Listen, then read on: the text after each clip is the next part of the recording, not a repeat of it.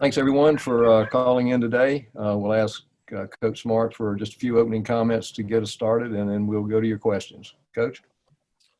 Yep, we opened with our preparation. We started yesterday as coaches and players today for South Carolina, and obviously got a lot of respect for their program, what they did last year with us, how hard their kids play. They've got a lot of kids that are from our area and from our state. We recruited a lot of the same kids, so we know a lot about them. And so we're moving on to these guys starting today. Okay, let's start with Jake Rowe, and then we'll go to Mike Griffith. Hey, Kirby. I just wanted to talk to you about, obviously going to start off with JT here. In terms of his progression as a quarterback and going back and looking at that film, where do you think he has to improve specifically to kind of meet his potential at that spot? And how immense is that potential? How high is that ceiling? I think with any player that's relatively young in terms of their career, there's always a lot of room for improvement. I think in terms of protections and understanding where Trey's got things going and where he's pointed things, getting that correct, that comes through experience. And it comes through film evaluation, making sure that we got the right guys on the right guys in terms of where pressure's coming from. In terms of his eyes in certain routes, there were a couple things that he had his eyes on the wrong side, but he threw the ball well. He was very accurate.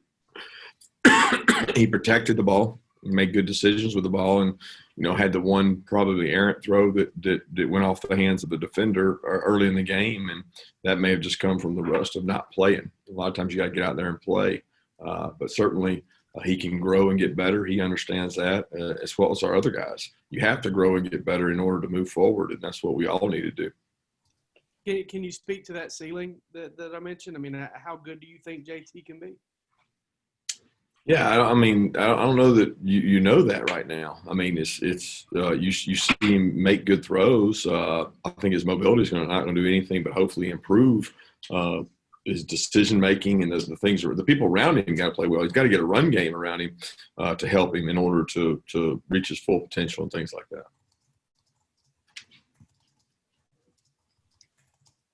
Kirby, I know you guys are a primarily a man team. I know that's your personality, but with what we're seeing, the proliferation of these spread teams, the way these passing games are improving with kids being more talented, are you going to have to evolve into more of a zone team and get better at the zone coverage? Your guys looked like, I don't know, they didn't look comfortable playing zone in that first half against Mississippi State. I would totally disagree with you first and foremost, because I don't think we're a man team. It depends on how you define man, to be honest. But in terms of coaching, we don't define it maybe like you guys do. We play very little man, just straight man. That's not what we play a lot of. We play matchup zones a lot, and we have a lot of different coverage multiples. But in that game, it was completely different than anything we play all together. We rep zone every week, regardless of whether we play it or not, because I think you have to have the ability to have eyes on the quarterback with all the athletic quarterbacks now. So over 50% of our reps in practice are invested in zones, so you can break on the ball. And to be honest with you, our guys were completely comfortable breaking on the ball. You're not going to stop those routes playing zone all the time. They're going to throw and catch them. The idea is to stop them before they get more than 5, and then hopefully bring up some third downs and some batted balls. So we're comfortable playing zone, completely comfortable playing zone. But it's hard when you drop 8 and they throw it underneath. And they did a good job. They're very efficient in what they did. They didn't have a lot of the mistakes they had against other teams. Now let's go to Anthony Dasher and then Chip Towers. Hey, Kirby. Good morning. How concerned were y'all? I guess going in after as far as after the game goes, as far as how JT will be feeling, and how is he physically right now after going through the whole game? In terms of just how he's feeling, with the knee, did he come out feeling okay with the knee? Yeah, he came out feeling. I didn't take many hits. You think about it, playing quarterback in a game is not a lot different than playing it in practice, other than when you get tackled or hit. I think he took one really good shot on one of the deep balls, but it didn't affect his knee. He did a good job. One time protection broke down. He got down and, he took the sack. He didn't avoid it. He didn't get rid of the ball, but he didn't turn the ball over. And that, like I said before, we have good pass protectors. We have to do a good job protecting him. He's got to use his mobility in the pocket, which he did one time. He spun out of trouble and made a throw downfield to George. So he did some nice things there. But in terms of soreness, no, he was fine. Thanks. Kirby, kind of following up on the zone defensing, South Carolina does what they do and Mike Bobo does what he does, and Mississippi State obviously does what they do, which is different than pretty much anybody else. But obviously they were able to just pound that, first down, middle of the defense and end up with second and shorts and manageables and stuff like that. Do you expect, South Carolina obviously sees that. Do they try to do more of it and reviewing it? What could you guys have done better, or is that's just what happens on that offense, and you didn't get the deflections and interceptions and stuff like that you wanted? Yeah, you probably have to ask Mike Bobo what he's going to do, not me, because I don't know. I just know that most offense coordinators, Mississippi State is not a big game to watch. So I think when you see defenses the way they play Mississippi State, it doesn't carry over. Like most offensive coordinators we talk to, they don't even put that game in their breakdown because it's irrelevant, because the defenses they're watching are not the defenses they're getting. So that'd be a question for him. And in terms of what Mississippi State did, like I told you, they were very efficient in their ability to throw those underneath patterns. And there's a lot of things we could have done, but the teams that have done those haven't been successful doing them. So, you got to have change up, you got to have pitches. And we felt like we were going to be able to stop them. And sometimes we did. In the second half, we played the same defenses and stopped them. So it didn't change anything. It's no magic potion. It's the way we chose to play them, which is exactly how several other teams have played them. It doesn't make it right, wrong, or indifferent. I'm really worried about South Carolina, not Mississippi State. Okay, let's go to Seth Emerson and then Mark Weiser. Kirby, I'm curious because it's hard to tell just watching the game with JT and checks and plays, audibles or whatever. How much was he doing? How much was he able to do? How much more could he potentially do as he gets more experience? I had the same game plans we really have with the other quarterbacks in terms of, I think everybody likes to make a big deal, especially in the media profession, of how much is quarterback control and how much is offensive court. The game plan is set up to where you have run checks, you have pass checks, you have flexibility on protections to redirect things. Nobody really is different in college football in terms of that. Some quarterbacks can handle more than others, and JT is not going to be – we're not going to be limited by what JT can do. We'll be limited by what we can do with our offensive line, our tight ends, our receivers, and backs, because for everything you do with JT, they have to be able to do as well. And you can't rep 100 different checks every week. So JT understands our system. He's got flexibility to do some things in certain calls, and then in other calls he doesn't. It just depends on how the game's going. If you're running the ball for 8 yards a clip, you don't need to attach an RPO. If you aren't running the ball for a lot, then you put the decision in the quarterback's hands and sometimes give him more flexibility. But that's all based off how the game's going and how the game plan's set, and JT's certainly fine with that. Kirby, what are your memories of head-to-head meetings with Mike as a coordinator, or when you're both coordinators, I guess? And what do you think of matching up with him now as head coaches, going up against a good friend in this setting? It doesn't change a lot for me, because it's a game that we're trying to win based on the players on the field. It's not between Mike and I. I got a lot of respect for him. He's one of the best football coaches I know in terms of motivation, passion and energy for the game, recruiting, all those things. Got a lot of respect for him and the job he does and he has done throughout his career. I mean, his record speaks for itself in our conference, what he's been able to do. And I know he'll have those guys ready to play. But as far as our history, I don't think that it really matters in this game. Okay, let's go to Dean Legge and then Brandon Sudge. Kirby, how do y'all set the tone in practice this week as it relates to the offensive line? Do they know? Have they already sort of started looking at stuff and so forth? Or did they immediately know after the game that they had to get some things corrected in terms of whatever they got to correct? Yeah, just got to be creative in the run game. When people play you like Mississippi State plays you, it's you got to be patient, creative. You got to throw.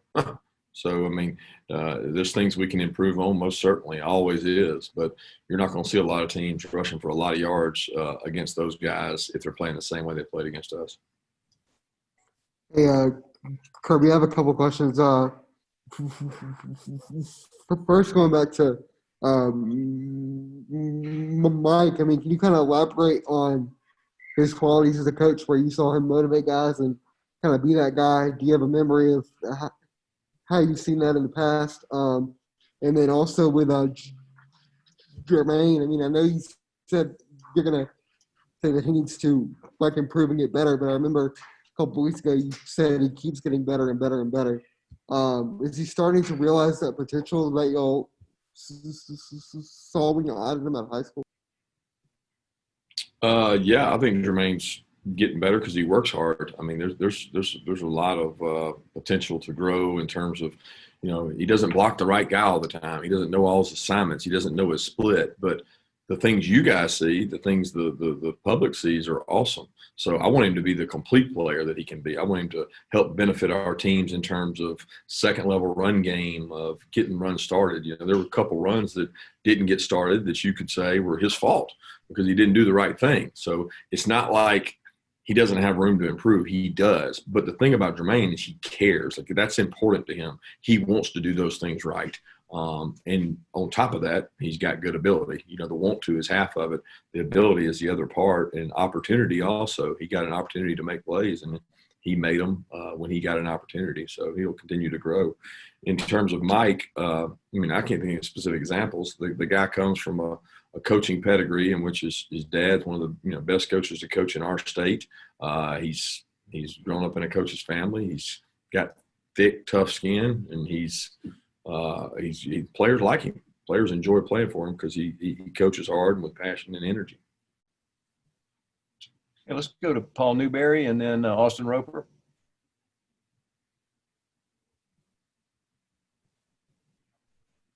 Hey, Coach. How you doing? I know, obviously, you got a lot of this season left, a bowl game.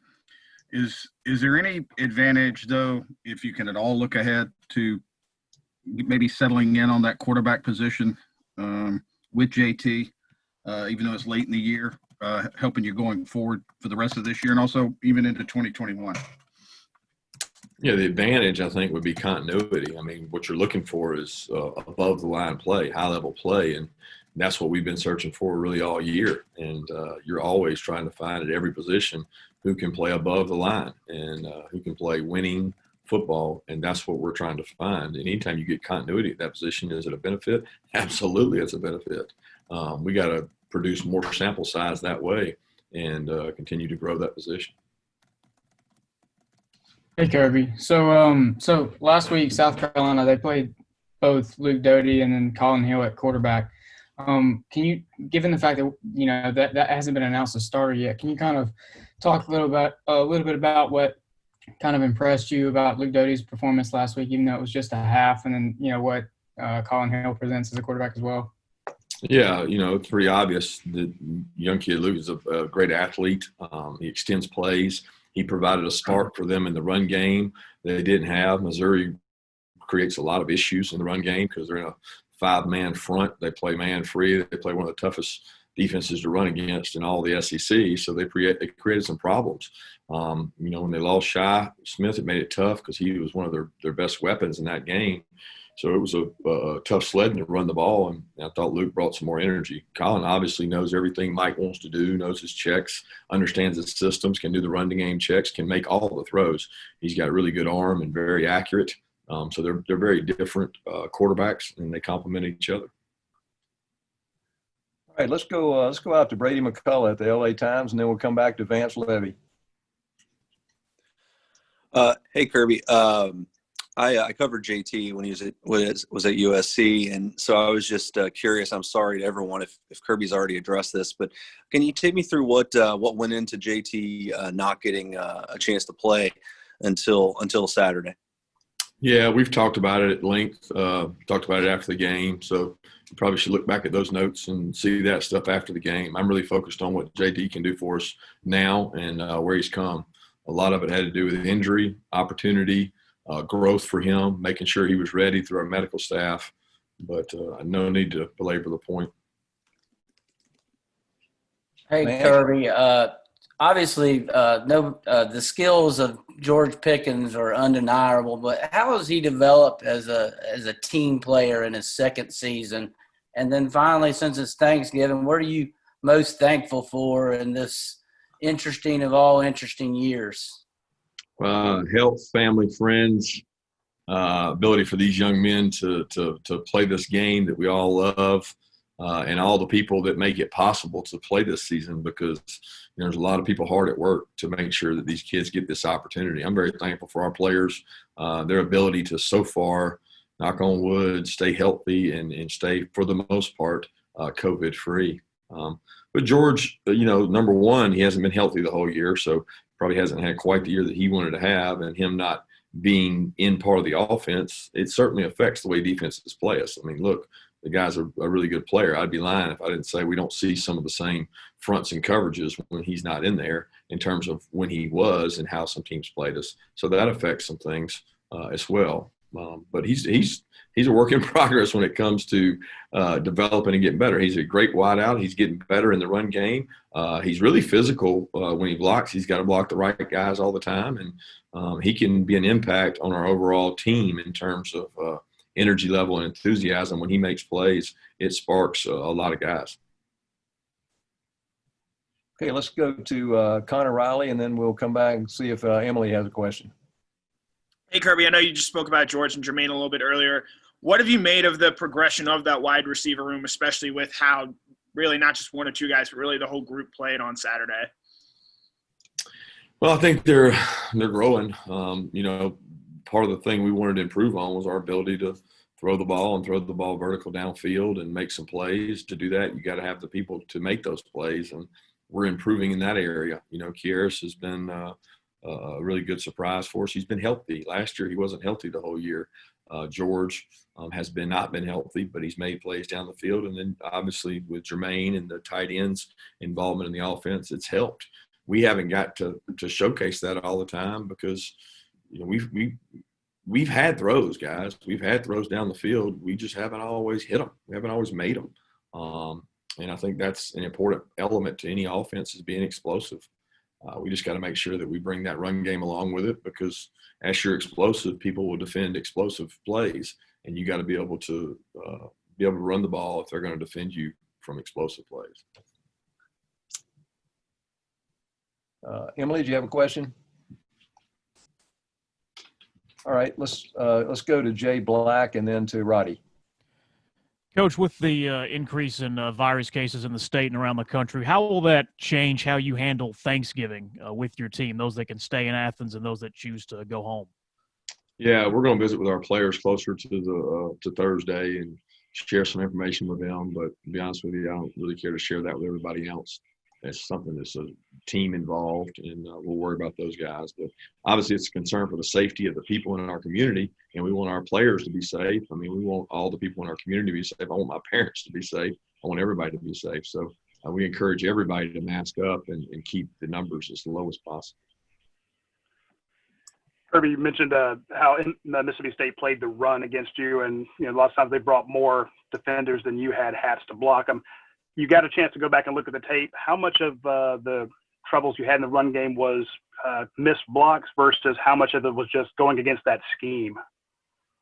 Well, I wouldn't say there's very often times that we missed a block. I would say whipped or beaten a lot of times. It's not like we didn't have a hat for a hat in some instances. Most of the time, as always is the case in the run game, you got one receiver that's got to go get one of their hats, and that makes you even. But when you bring the receiver, that brings another defender. So they're always going to have a little bit of an advantage, especially when they play us. But that doesn't matter. Everybody we've played has been that way. The difference has been their movement inside and some of the stunts they ran to murky the picture up, kind of make it unclear and slanting and angling guys. And we didn't do a good job handling their movement more than anything else. Okay, we got time for two more questions. Let's open up if anyone wants to jump in. Hey Kirby, is there anything that you've seen differently about maybe not, but has there been anything you've seen differently about South Carolina's offense since Coach Bobo's kind of taken over there? Oh yeah, they're very different from last year. I mean, they're not hurry up tempo all the time. They're not empty as much. I mean, they've gone back to some traditional formations. You know, they use a fullback. They motion you a lot. They formation you. They get advantage in the run game. I mean, they're not the same offense they were now, not at all. But they've morphed a little bit throughout the year as they've lost some skill players. You know, he's lost a lot of skill players that were weapons to get the ball to, and he has to find other people to use as he loses those guys. Injury issues, Coach. Any chance Jordan Davis gets back, and I guess Richard LeCount or any other guys? Yeah, we're hopeful on Jordan. You know, Jordan's closer than Richard. Richard's not able to get out there and practice yet, so I don't honestly know on Richard. I'll find out more today. I know he's trying his best to get back and come back as soon as he can. I would say that he's probably doubtful for this game, but Jordan's got a chance, and that's promising. We're hopeful to get him back and get him back out there.